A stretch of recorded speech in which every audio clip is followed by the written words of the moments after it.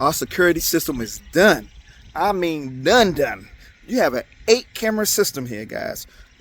What? Let's see. 5 or 6 on the outside. The rest is on the inside. I don't know how many cameras I got now. I got so many of them.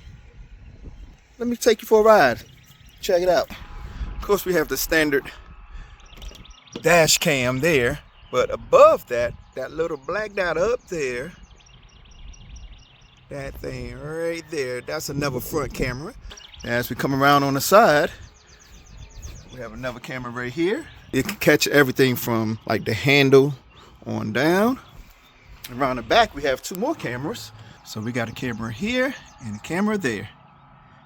And another camera right there. Let me show you on the inside. You have a camera here. This one right here is night vision, voice. Then we have another one at the very back. Same thing, you get voice, night vision, and color.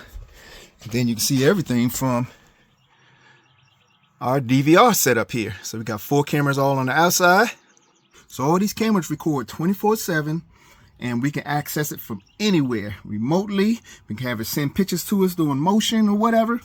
It's all set up, guys. So let me show you how we went about this setup. Check it out. This is going to be fun, guys. So what we're plugging up is our little cameras that we got from Amazon. Again, posted in the description. Check them out.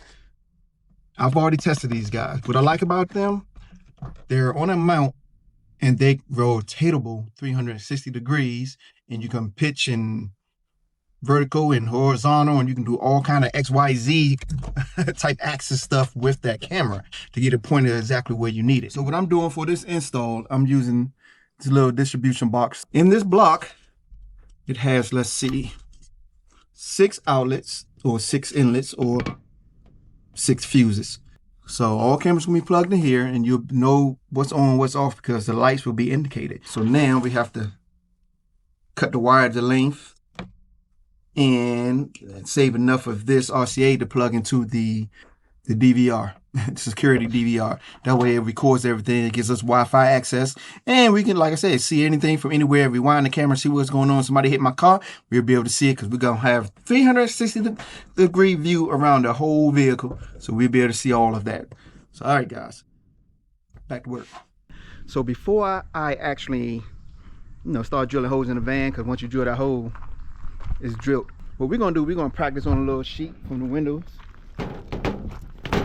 that we cut out. We're gonna drill a hole in it, make sure everything fits, and then we're gonna go on the inside, mark our spot, and drill that hole. Let's work. Let's see what size this takes. And what I would do, once I figure out what the size it takes, then I'll tape off past that part if I know where to stop at.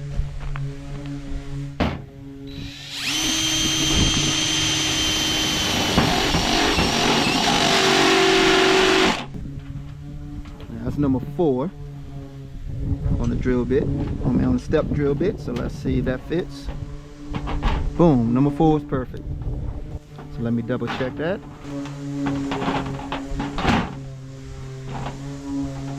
Yep, so number 1, 2, 3, 4. Oh no, 5. 1, 2, 3, 4, 5. Number 5. No, it's still 4. Cause I ain't never actually get to 5, so 4 of them.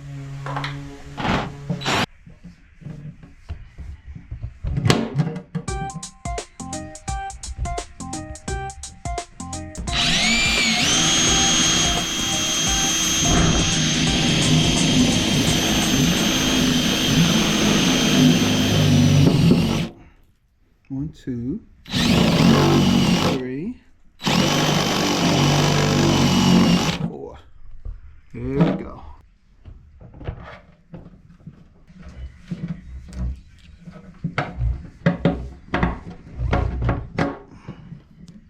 Nope, that must have been, well, I guess maybe 4 wasn't it. That's, all right, let's pull that back out.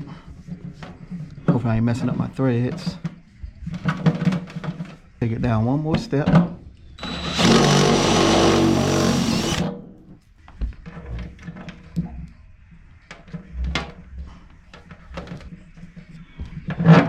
Boom, there we go. It's a little loose. but that's what the screw is for. So now we can just twist it to whatever direction we want it, and then this camera also rotates. The little lens rotates 360 degrees. So we probably turn it a little bit like that, angle it down, and then get the coverage area we want. So let's repeat this 4 times. So we're not going to show you all of that. We're just going to get it done and show you the outcome. All right, let's work.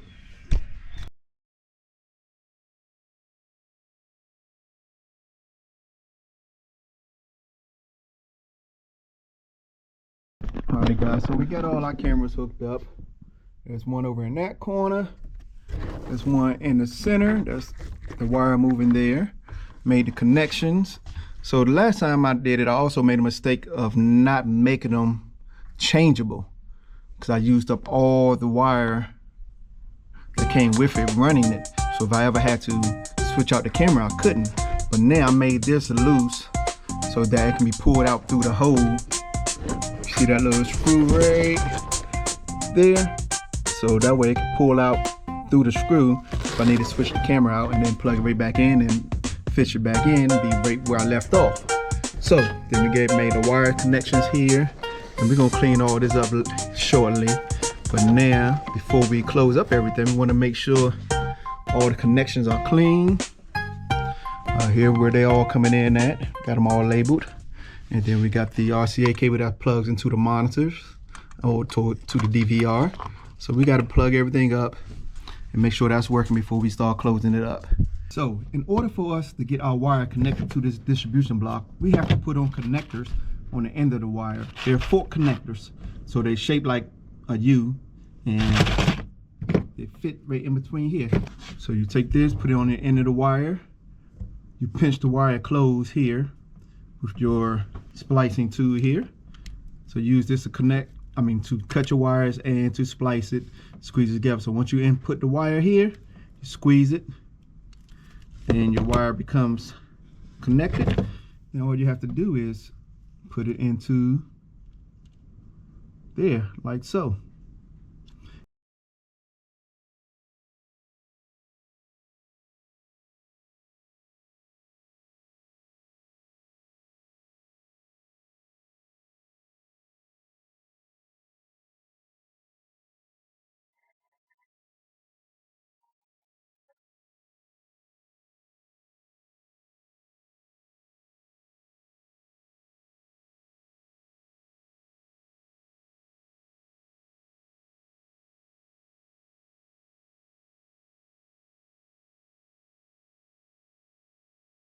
So now we get everything hooked up. And again, this is temporary. So do not talk trash of the spaghetti mess of wiring. Just to make sure everything is working before I close it off. We got our monitor here. And we're using one of my favorite generators here, the KapKen E1000 LFP. KapKen E1000 portable power station. 3000 watts of surge max. Intelligent battery temp management. App controlled and Wi-Fi controlled, 3,000 plus life cycles, 600 watts max solar charging, 1,000 watts fast charging. It also has 12 charging outputs, and it's rechargeable via AC, solar, car, and generator. Out of all the generators I've received, this is amongst the top of them. So I haven't turned anything on here. I don't know. I put my fuses in. So I got the fuses in there.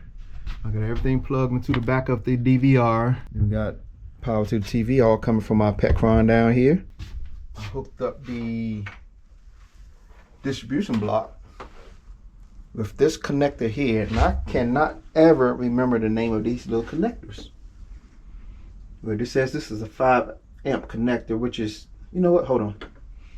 We're going to take this off and we're going to plug it in with the XT60.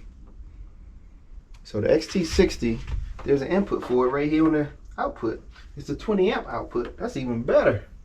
Of course, I'll be short by a few inches. That's what she said. But anyway, we're going to plug this in right. Oh, hold on. Oh hell, that's a female. And I got a female. I'm trying to put female on female. That's what she said. Again, that's what she said. But because this is only 5 amps, so that ain't gonna be enough to push this stuff. But let's try it out anyway. Because each camera is 15 watts, I think it is. So, boom. Turn it on. Hold the DC.